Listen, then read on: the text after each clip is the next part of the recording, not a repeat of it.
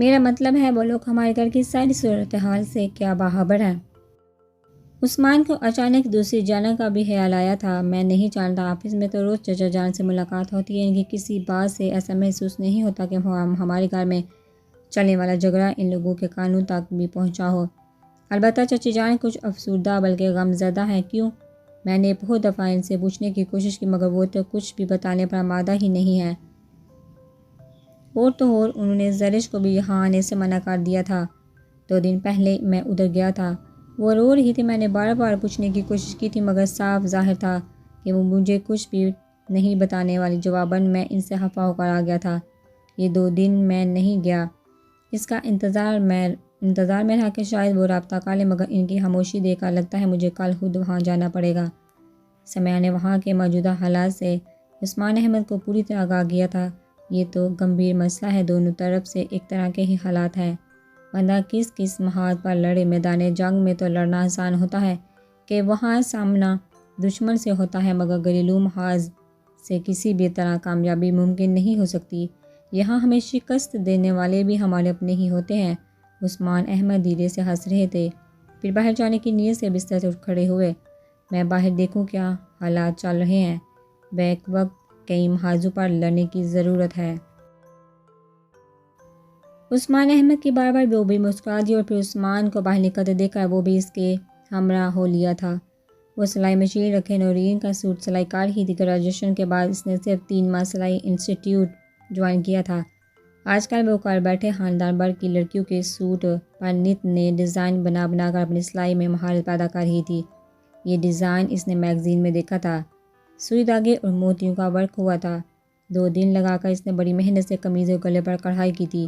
موتی بھابھی نے لگا دیے تھے اور اب وہ اس کی سلائی کر رہی تھی۔ امی اپنی بڑی بہن واجدہ خالہ کی طبیعت معلوم کرنے گئی تھی۔ گزشتہ 3 روز سے شارق بھائی گھر نہیں لوٹے تھے۔ ان کے آفس جو بھی گیا تھا وہ وہاں بھی نہیں ملے تھے۔ ہر کوئی مایوس ہو کر لوٹا تھا۔ شارق بھائی کی طرف سے اس درجہ فکر مندی کی وجہ سے واجدہ خالہ بیمار پڑ گئی تھی۔ کل سے انہیں بخار تھا اور آج ماں ان کی عیادت کو چلی گئی تھی۔ اس وقت گھر میں وہ اور بھابھی ہی تھی۔ بھابھی شام کی تیاریوں کے سلسلے میں کچن میں گھسی ہوئی تھی جبکہ وہ پوری تندہی سے اپنے کام میں مصروف تھی۔ السلام علیکم۔ وہ مشین پر جھکی ہوئی تھی جب اپنی پشت پر آواز سن کر وہ فوراً سیدھی ہوئی، پر وہ آنے والے کو دیکھ کر اس کے ہونٹوں پر اپنائیت سے لبریز مسکراہٹ ابھر آئی۔ وعلیکم السلام، بڑے دنوں بعد تمہیں ہمارے گھر کی یاد آئی ہے۔ نویرہ شکوہ کیے بغیر نہ رہ سکی تھی۔ جب سے اس کی منگنی ہوئی تھی وہ صرف ایک بار ان کے ہاں آیا تھا اور اب شکل دکھا رہا تھا۔ وہ میں پڑھائی میں مصروف تھا۔ وہ قالین میں مشین رکھے بیٹھی ہوئی تھی۔ وہ بھی جوتا اتار کر اس نے کچھ فاصلے پر کشن پر بیٹھ گیا۔ رضا اس دن کے بعد آج دیکھ رہا تھا۔ اتنے دن کس قدر وہ دل کو سمجھا چکا تھا مگر یہ پاگل دل کسی بھی طور پر نہ مانتا، تو وہ اب مجبور ہو کر یہاں آیا۔ اس کی پیاسی نظریں نویرہ کے چہرے پر دیوانہ وار رقصاں تھی۔ وہ یوں ٹٹکی باندھے اسے دیکھتے جا رہا تھا جیسے اس کی نظریں جنموں سے اس دیر کی پیاسی ہو۔ رضا، وہ مشین پر جھکی ہوئی دھاگا ڈال رہی تھی، جھکے ہی پکارا تھا۔ رضا کو لگا جیسے اس کے گرد گھنٹیاں سی بج گئی ہوں۔ تم اتنے دن کیوں نہیں آئے؟ وہ پوچھ رہی تھی۔ رضا کا چہرہ ایک دم کھل اٹھا تھا۔ آپ نے یاد کیا تھا؟ وہ جیسے آسمان پر جا پہنچا تھا، بہت زیادہ۔ اس نے دھاگا ڈال کر سر اونچا کیا تھا۔ رضا نے اس کی گہری سیاہ صاف اور شفاف آنکھوں میں جھانکا۔ اس کا دل ان نئے کٹوروں میں ڈوب گیا تھا۔ میں بھائی سے روز کہتی تھی کہ تم لوگوں کے ہاں چلتے ہیں، مگر روز کوئی نہ کوئی کام آ پڑتا تھا۔ آج بھی میرا ارادہ ہو رہا تھا مگر اماں واجدہ خالہ کے ہاں چلی گئی۔ قمیض کا کپڑا سیدھا کر کے وہ مشین کے پیر کے نیچے رکھ رہی تھی۔ رضا کی نظریں اس کی سیدھی مانگ میں الجھنے لگی۔ آپ نے مجھے یاد کیوں کیا؟ وہ نہ جانے کیا سننا چاہتا تھا۔ ظاہر ہے تم اپنی زبان سے نہ کہو مگر تم مجھ سے میری منگنی پر خفا تھے۔ تم تو اتنے اچھے دوست جیسے بھائی ہو، تمہاری خفگی میں بھلا سہ سکتی ہوں۔ نویرہ نے ایک لمحے کو رضا کے ایک دم زرد پڑتے چہرے کو دیکھتے ہوئے محبت سے کہا تھا۔ چھن چھن کر کے رضا کے سینے کے اندر بہت کچھ ٹوٹتا چلا گیا تھا۔ اس کی آنکھوں میں ایک پردہ سا بننے لگا تھا۔ اچھا دوست بھائی، وہ زیر لب بولا۔ رضا کا دل لہو لہو ہوتا چلا گیا۔ اس نے ایک ہفتی بڑی نظر نویرہ پر ڈالی تھی، مگر وہ سر جھکائے مشین چلا رہی تھی۔ اس کی پوری توجہ کپڑے پر تھی۔ تمہاری اہمیت تو شاید اس کپڑے سے بھی کم ہے۔ وہ خود ترسی کا شکار ہونے لگا تھا۔ ارے رضا، حمید آیا ہوا ہے۔ بابی کچن سے نکل کر لاؤنج میں تو سامنے ہی اسے براجمان دیکھا فوراً کہا تھا۔ رضا نے فوراً سنبھل کر سلام کیا تھا۔ السلام علیکم۔ وعلیکم السلام۔ بہت دنوں بعد شکل دیکھ رہے ہیں۔ تمہاری کہاں ہوتے ہو آج کل؟ وہ نویرہ کے پاس ہی ٹک گئی تھی۔ رضا بامشکل مسکرائے۔ مجھے کہاں ہونا ہے، گھر میں ہی ہوتا ہوں۔ ریمشا کیسی ہے؟ اس سے بھی لیتے آتے۔ وہ مجھے کہہ رہی تھی کہ میں اس قمیض کا ڈیزائن ضرور دکھاؤں، آ کر وہ بھی دیکھ لیتی۔ اچانک نویرہ کو خیال آیا تو کہنے لگی۔ رضا نے حیرت سے اسے دیکھا۔ وہ کہاں مل گئی آپ کو؟ میں اور بابی چھپائی والے کی دکان پر گئے تھے، کچھ مٹیریل چاہیے تھا، وہ بھی اپنی دوستوں کے ساتھ ہی۔ اوہ اچھا۔ اس سے ایک دم اس ماحول سے اکتاہٹ ہونے لگی تھی۔ یا شاید ریمشا کے ذکر سے تائی جان کب آئیں گی آپ کی؟ اس نے برائے بات پوچھا تھا۔ امی رات کو آئیں گی۔ ویسے نویرہ، یہ شارق صاحب کچھ کھسکے ہوئے نہیں ہیں؟ مہینے میں ایک آدھا بار انہیں ایسا دورہ ضرور پڑتا ہے۔ علی کو جواب دے کر بابی نے ساتھ ہی شارق پر بھی تبصرہ کیا تھا۔ ایسے تو نہ کہیں اچھے خاصے ہیں، بس ذہنی طور پر بھی ڈسٹرب ہو جاتے ہیں۔ نبیل بھائی نے بتایا نہیں کہ کس قدر خستہ حال اور برسوں کے بیمار لگ رہے تھے۔ نویرہ سب کام چھوڑ کر ایک دم افسردہ ہو گئے تھے۔ نہ جانے کہ اسے شارق کی شخصیت کے الجھے اسرار حل کرنے کا شوق تھا۔ وہ ان سے ان کا مسئلہ پوچھنا چاہتی تھی، ان کے ذہنی خلفشار کی وجہ جاننا چاہتی تھی۔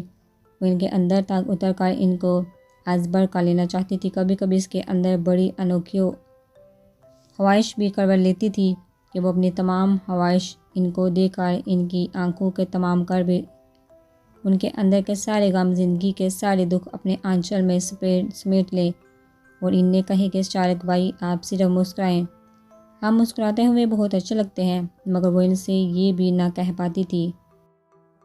ہر دفعہ ان سے سامنا ہونے پر صرف سوچ کر دل محسوس کر رہ جاتی تھی۔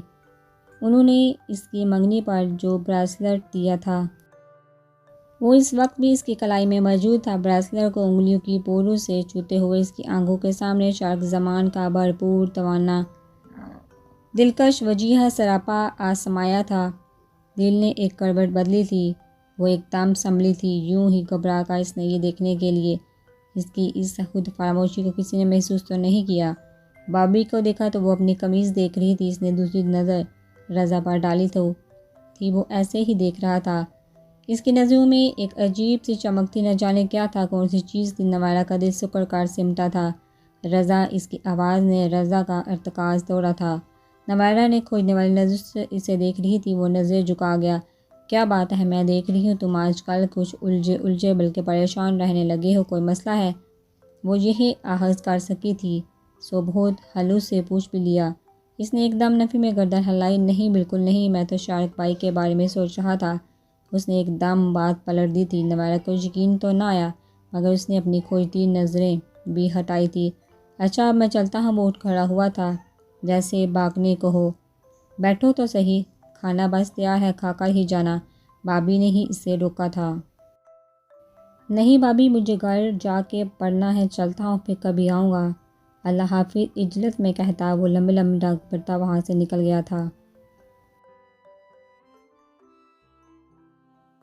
بابی، آپ نے محسوس کیا ہے کہ رضا کچھ بدل گیا ہے؟ پہلے تو جب بھی آتا تھا ایک ادھم مچائے رکھتا تھا، خاموش تو بیٹھا ہی نہیں جاتا تھا، اس سے زبان ہر وقت چلتی رہتی تھی۔ پچھلی مرتبہ دعوت میں بھی چپ چاپ کھویا کھویا سا رہا تھا، اور اب بھی ایک ہی جگہ پر بیٹھ کر چلا گیا ہے، اور بات چیت بھی بس برائے نام ہی کی ہے۔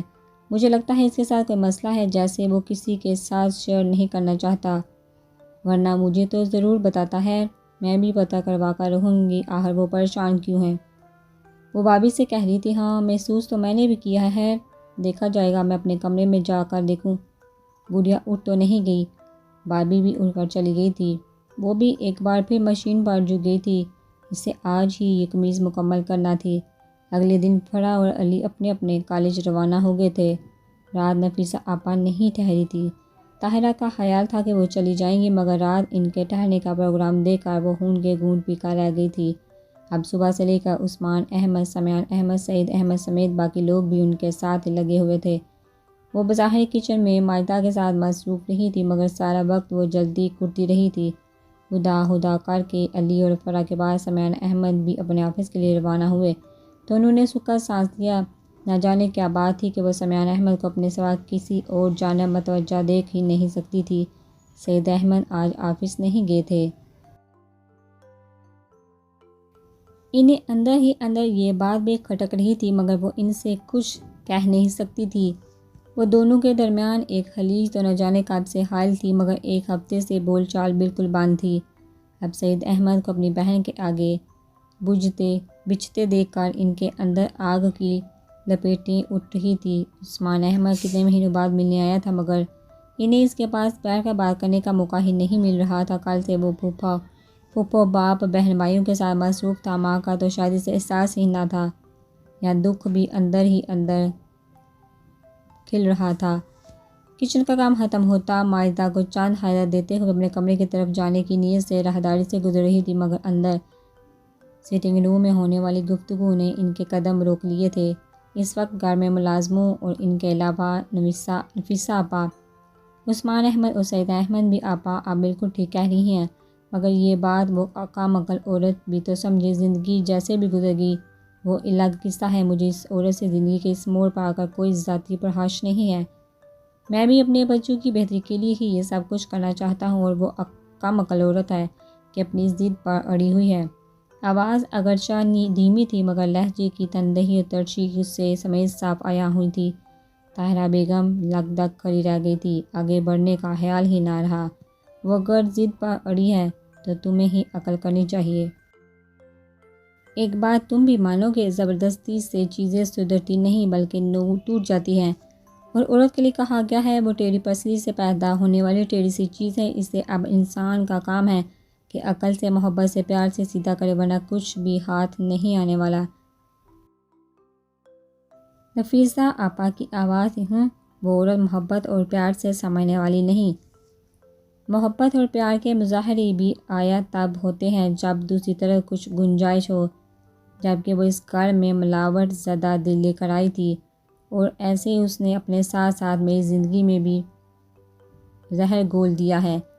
سعید احمد کے لہجے میں زمانے بھر کی تلخی تھی۔ سائرہ بیگم کو ایک پل کو لگا کہ ان کا پورا وجود جیسے وہ کسی برہمی کو ایک پل دیا تھا۔ ان کا پورا وجود حقارت کی زدوں میں تبدیل ہو کر ہوا کے گرداب میں گم سا ہو گیا۔ نہیں سعید احمد، تم نے اپنی زندگی گزار لیا، اب بچوں کی باری ہے۔ وہ چھوٹے تھے، اب بڑے ہو گئے ہیں، ان کی بقا کے لیے سوچو۔ جذباتی ہونے یا انا میں آنے کی ضرورت نہیں۔ وہ ان بچوں کی ماں ہے، اس کے بھی ان بچوں کے متعلق کچھ خواب ہیں، اسے اہمیت دو۔ طاہرہ کو نفیسہ آپا کا کردار ایک مکار عورت کا لگا، جو ان کے سامنے کچھ اور اپنے بھائی کے سامنے اور تھی۔ تو ابو جان، پھوپھو صحیح کہہ رہی ہیں، آپ کو اپنی ضد چھوڑنا ہوگی۔ امی وہاں راضی نہیں ہیں تو آپ کو بھی سوچنا چاہیے، حالات کے موافق ہونے کی تدبیر کرنی چاہیے، نہ کہ اس طرح کا رویہ اختیار کر کے سنورتے حالات کو بھی مزید بگاڑ دیا جائے۔ یہ عثمان کی آواز تھی۔ طاہرہ بیگم کو لگا ان کا رہا سہا مان بھی ختم ہو گیا ہے۔ بیٹے کی یہ ساری گفتگو سن کر ان کا دل ٹکڑے ٹکڑے ہونے لگا۔ یار، تم بھی اپنی ماں کی حمایت کر رہے ہو، میں نے تمہیں اس لیے نہیں بلایا تھا۔ سعید احمد عثمان کے اس طرح سمجھانے والے انداز پر ٹوک گئے تھے۔ گستاخی معاف، مگر آپ نے مجھے اس لیے بلایا تھا کہ میں امی کو منا لوں، مگر ان کو منانا بہت مشکل ہے۔ میں آپ کو درست راہ بتا رہا ہوں۔ سمیان احمد کی عمر واقعی شادی کی ہے، مگر زرش بھی کہیں باغی نہیں جا رہی۔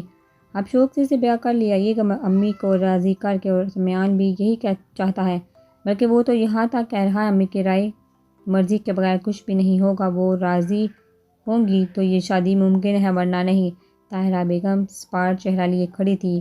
میرے جیتے جی شائستہ تمہاری لڑکی میرے گھر میں اس حیثیت سے قدم بھی رکھ لے، یہ ہو ہی نہیں سکتا ہے۔ ان کا روم نفرت سے بھرا تھا۔ انہوں نے ایک سلگتی ہوئی نظر اندر کے منظر پر ڈالی۔ دروازے کی اوٹ سے سعید احمد اور عثمان بیٹھے ہوئے نظر آ رہے تھے، جبکہ ساتھ والے صوفے پر نفیسہ آپا تھی۔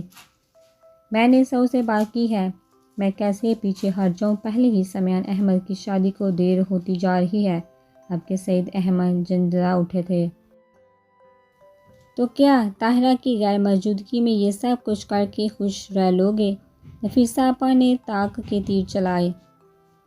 سعید احمد نے پہلو بدلا تھا۔ مجھے اس عورت کی پرواہ نہیں، پہلے بھی وہ اس گھر میں نہ ہونے کے برابر ہے۔ میرے بچوں کی خوشیاں اس کے بغیر بھی ہو جائیں گی۔ طاہرہ کی لمحے ساکت کھڑی رہی تھی۔ کتنی آسانی سے سعید احمد نے کہہ دیا تھا۔ وہ لرزتی جلملاتی آنکھوں سے ادھر ہی دیکھ گئی جہاں سعید احمد براجمان تھے۔ ان کے دل پر بڑی گہری چوٹ لگی تھی۔ سعید احمد، تم آج بھی اتنے ہی سفاک اور ظالم ہو جتنے ماضی میں تھے۔ کاش میں تم سے تمہاری اس نفرت کا اپنے یوں دھتکارے جانے کا حساب مانگ سکتی۔ وہ اندر ہی اندر سلگ اٹھی تھی۔ دل و دماغ میں کئی یادیں مچل اٹھی تھی، مگر وہ کسے حساب مانگتی؟ وہ تو کل بھی ہسارے میں تھی، آج بھی، اور شاید ساری عمر اسی ہسارے کا بھگتنا بھگتا تھا۔ ابو پلیز، وہ عورت ہماری ماں ہے، اس نے ہمیں جنم دیا ہے۔ عثمان احمد کا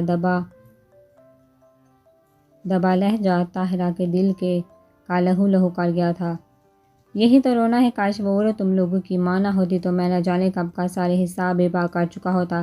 اسے اپنی ضد چھوڑنا ہوگی، یہ میری بھی ضد ہے، ورنہ وہ میری طرف سے آج ہی فارغ ہے۔ ابو پلیز، عثمان احمد ملتجی ہوا تھا۔ عثمان، مجھے مجبور مت کرو، میں اپنی اولاد کے سامنے تماشا بن گیا ہوں۔ لوگ تو ایک طرف، میں اپنے بچوں سے نظر ملانے کے قابل نہیں ہوں۔ مجھے نہیں یاد پڑتا کہ میں نے زندگی میں کوئی اتنا بڑا گناہ کیا ہو جس کی سزا مجھے تم لوگوں کی ماں کی صورت بھگتنا پڑ رہی ہے۔ اڑ کر کمر میں ٹہلنے لگے تھے۔ طاہرہ بیگم کے پتھر وجود میں حرکت ہوئی تھی۔ یہ شخص آج بھی اسی مقام پر ہے۔ وہ رو رہی تھی۔ ان کا جی چاہا داڑے مار مار کر اپنی بدقسمتی کا اعلان کرے۔ تحت یا تحت ساری عمر میں نے اس شخص کے نام کی خاطر اذیت سہی، اب نہیں، آج ہی فیصلہ ہو جائے تو بہتر ہے۔ میں بھی دیکھتی ہوں یہ شخص کس حد تک جا سکتا ہے، میرا اولین نادانی کی مجھے کس حد تک سزا دے سکتا ہے۔ وہ ایک دم مقابلے پر اتر آئی تھی، سوچنے سمجھنے کی صلاحیتوں سے بالکل۔